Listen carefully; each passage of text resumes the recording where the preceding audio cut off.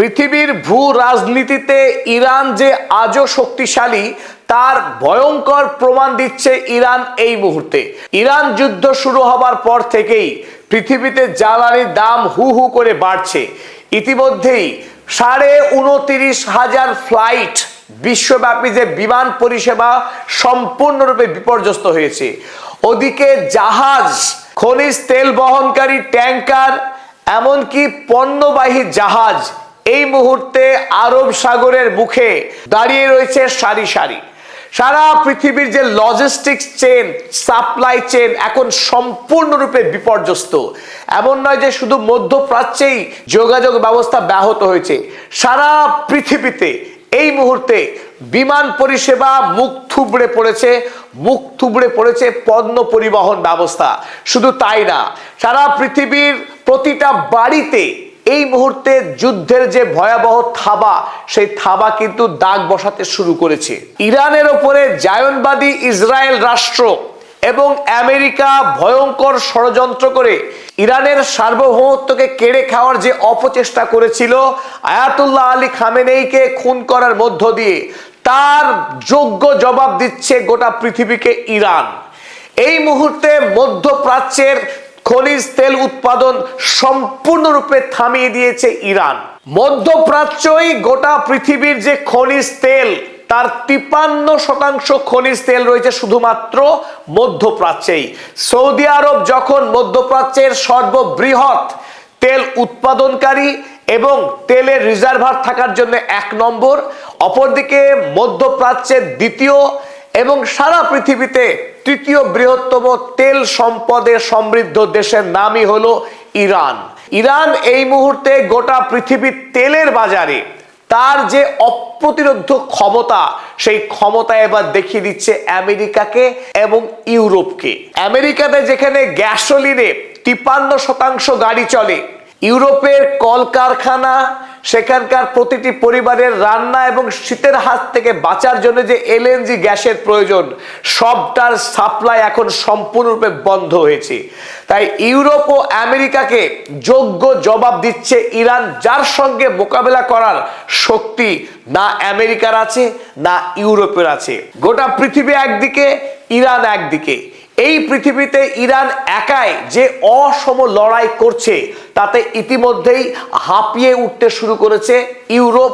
ওদিকে Donald Trump মুখে স্বীকার না করলেও আমেরিকা এই যুদ্ধে ইতিমধ্যেই মানসিকভাবে পরাজিত হয়ে গেছে ইরানের হাতে। ইরান যুদ্ধের তাৎক্ষণিক প্রভাবে পৃথিবীব্যাপী জিনিসপত্রের দাম যে হারে বাড়তে শুরু করেছে, তার ছ্যাঁকা লেগেছে ইউরোপে এবং আমেরিকায়। আমেরিকার মানুষ ডোনাল্ড ট্রাম্পের এই অন্যায় যুদ্ধে জড়িয়ে পড়ার বিরুদ্ধে গতকাল বিপুল সংখ্যক মানুষ আমেরিকার হোয়াইট হাউসের বাইরে ডোনাল্ড ট্রাম্পের বিরুদ্ধে ব্যাপক স্লোগান দেয় এবং এই যুদ্ধকে অবিলম্বে বন্ধ করবার জন্য ডোনাল্ড ট্রাম্পের উপরে ব্যাপক চাপ প্রয়োগ করে।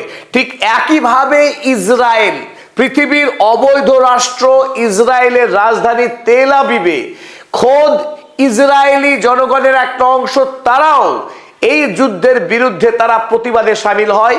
গোটা ইউরোপ জুড়ে এই মুহূর্তে বিভিন্ন শহরে ইরানের বিরুদ্ধে অন্যায় হামলা থামাবার জন্য, এই অন্যায় যুদ্ধকে বন্ধ করবার জন্য আন্দোলন ছড়িয়ে পড়ে গোটা ইউরোপ মহাদেশে।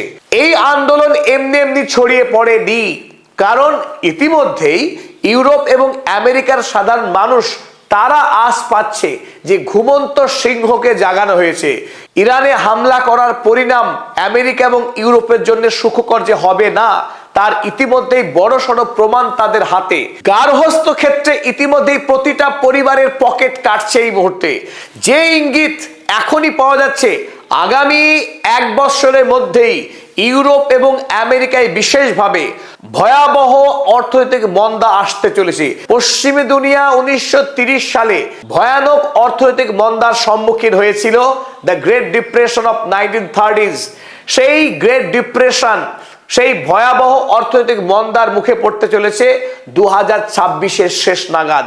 এর নেপথ্যে ইরান গোটা পৃথিবীকে এই মুহূর্তে দেখিয়ে দিচ্ছে তার হাতে শক্তি কতখানি রয়েছে গোটা পৃথিবীকে শায়েস্তা করার, জব্দ করার। যেভাবে এতদিন পৃথিবী পশ্চিমী দুনিয়া শাসন করত তার এখন উলট পুরাণ হয়েছে। এই মুহূর্তে ইরান গোটা পশ্চিমী দুনিয়াকে শাসন করছে, তাদেরকে বুকে ভয় ধরিয়ে দিয়েছে। একটার পর একটা সামরিক ক্ষেত্রে ভয়াবহ আক্রমণ, এমনকি অর্থনৈতিকভাবেও গোটা পৃথিবীকে অবরুদ্ধ রেখে এই মুহূর্তে যোগ্য জবাব দিচ্ছে ইরান।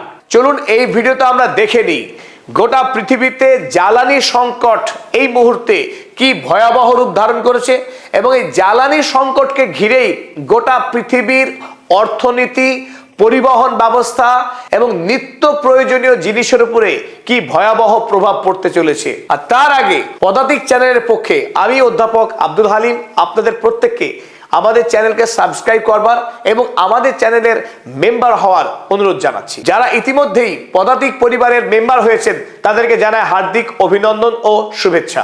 গত 8 দিনের যুদ্ধেই